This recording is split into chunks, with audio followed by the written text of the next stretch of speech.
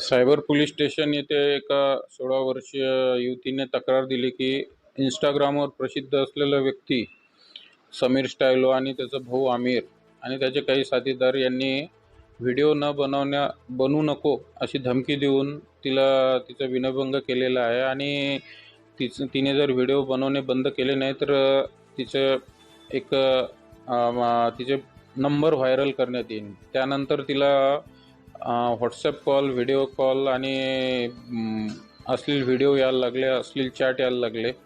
या प्रकारे तिचे त्रास होत असल्यामुळे तिने सायबर पोलीस स्टेशनला गुन्हा दाखल केलेला आहे।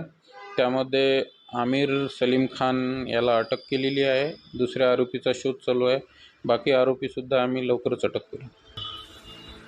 ती सुद्धा इंस्टाग्रामवर आपले व्हिडिओ बनवते आणि ओळखीचेच आहे, परंतु ते मुलीला त्रास होत असल्यामुळे तिने कंप्लेंट दिलेली आहे। तिच्यासोबत अव्यवहार झाल्यामुळे तो तपास सुरू आहे।